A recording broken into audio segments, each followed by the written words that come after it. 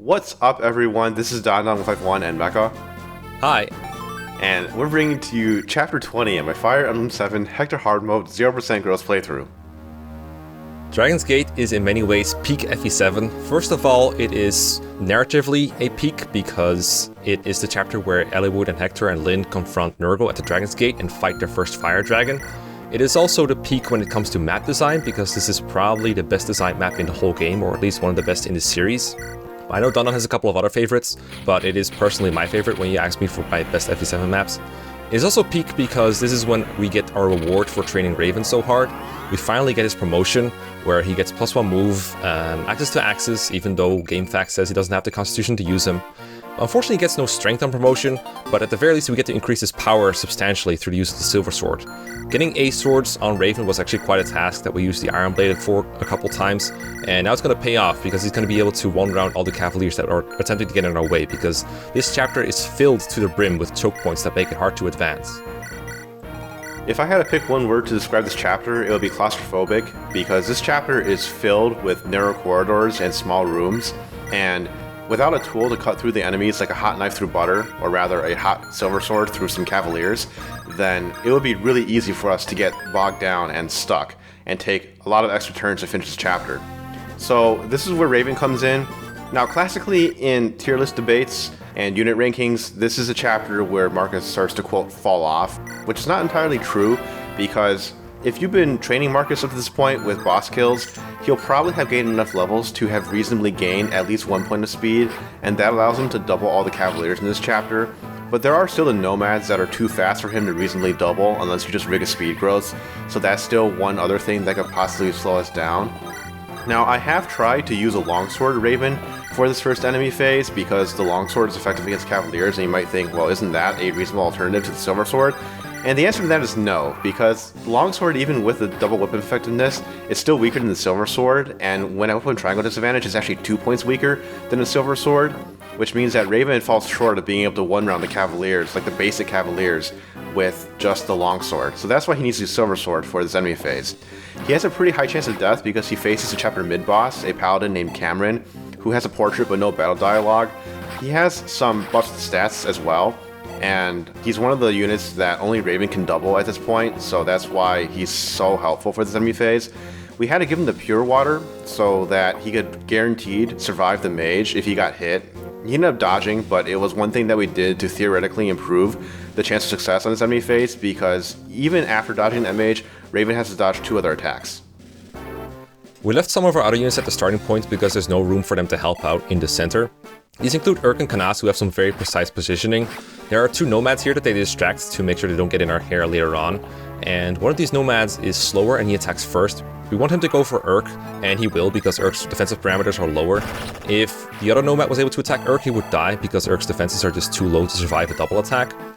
But the way it works out here, Kanas is the one who ends up getting doubled, and he has the defensive parameters to survive, so that's fine. And now these nomads are distracted when you can use them for some EXP gaining. Also at the starting point is Eliwood, who is actually on door opening duty. He has 2 door keys at the start of this chapter, and he's used 1 on turn 1. And he's going to use another one later. But the other lords are actually out in the front. Now for Hector this is obvious, because Hector needs to be seizing the throne eventually. But it might be confusing why Lyn is here. Well, first of all the lords are force deployed, so that's why she's on the field at all. And we need Lyn to recruit Legault, who is the thief who's going to be heading towards the upper right turn of the map and then head left to escape. Legault is a pretty tricky side objective for new players because he forces you to go so fast through the map, and it's very easy to miss him. And you can recruit him with either the main lord, in our case Hector, or with Lyn. And you want Lyn to do it because that way Hector can seize the throne on the same turn that Legault gets recruited. Because Legault is really what holds up this whole chapter to begin with. The way that we go about to recruit Legault is a little unfortunate, because it means that he's at the point where he's the farthest away from our starting position by the time that we recruit him on turn 5. In a gross playthrough, it's possible to recruit Legault on turn 4 with an alternate strategy. It involves splitting the team up and sending a group of cavalry through that middle room that Kanas is currently in, breaking down the 2 walls, and rescue chaining Lyn all the way over to the right side to recruit Legault before he goes to the top right. In the meantime, a team goes the same way that the rest of our units are going, breaks through the middle, kills Darren, and rescue chains Hector to the throne. That's really demanding in a 0% growth context, and I did try this out extensively. I ended up concluding that you needed to get like a low percent crit on Darren with the Devil Axe to kill him, and also have to do multiple low percent crits throughout the rest of the chapter while sustaining tenuous survivability. So it ended up really not working out, and that's why we settled with this 5-turn strategy. Now, in a 5-turn strategy, Lyn getting to Legault is really the only thing that we need to worry about. Getting Hector to the throne is not an issue at all, because even if Hector were to just walk naturally from the starting point and use his full movement every single turn, he would be able to seize the throne on turn 5 anyway. So we just need to clear the way for him and let Marcus advance to be in a position to rescue drop Lyn later on. There's a third route you can take if you want to play this chapter safely, and unlike in Fates, the third route is pretty good for casual players. You end up going through the room that is currently locked near Priscilla, and there's less enemies there. You can just choke point all these cavaliers and reverse card on them by just holding the middle with someone like Oswin, or maybe if you're daring someone like Eliwood. And if you go to the top left, you also have an easier time meeting Legault before he escapes, because he tries to go towards the left anyway, so it's a very lax requirement for getting to him and stealing the member card from the thief that is trailing behind him. And in addition, it also makes it very easy to get the left-hand treasure, because we get the right-hand treasure from Legault. He takes a barrier and a guiding ring, both very crucial items for pretty much any playthrough of FE7. But you also get the items from the left room, which has a blue gem and a Luna Tome. But neither of these are very crucial. The Luna Tome, we get one for free later on, and we only need it later on. And the blue gem, I mean, it's FE7. Money doesn't matter.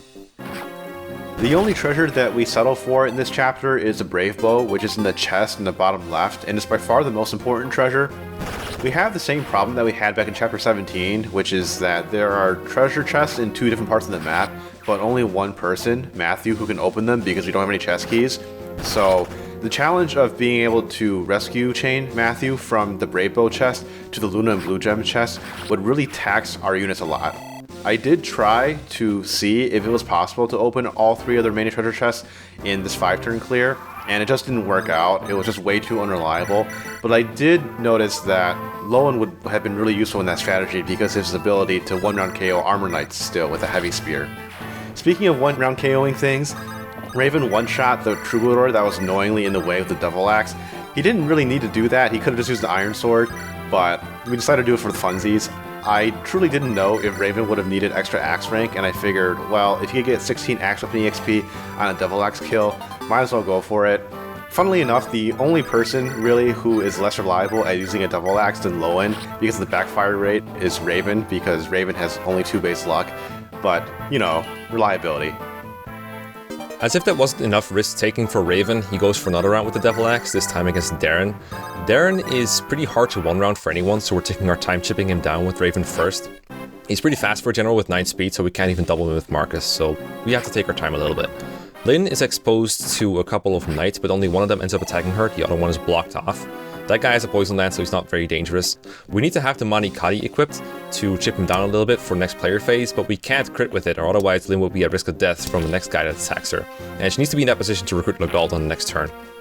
Another risk we take is we expose Canas to a Killer Bow Archer. We only fight him because he drops that thing, and we want it, so we have to 2-shot him over enemy phase and player phase, but if that guy crits Canas, he's very dead.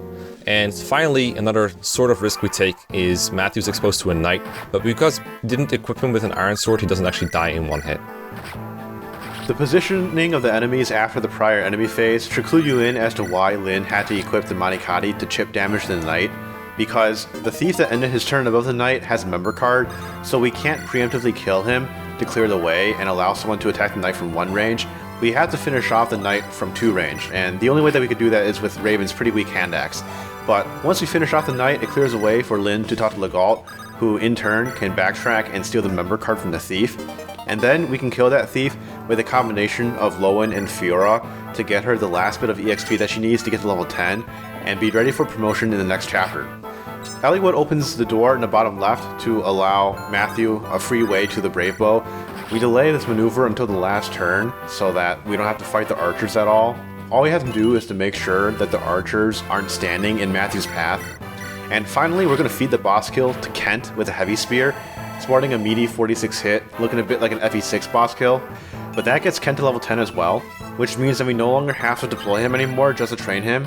And with Canas also reaching level 10 in this chapter by a pretty comfortable margin, it means that we've satisfied all of our short-term EXP goals, at least for the time being. That's chapter 20 finished in 5 turns, and we'll see you next time. See ya.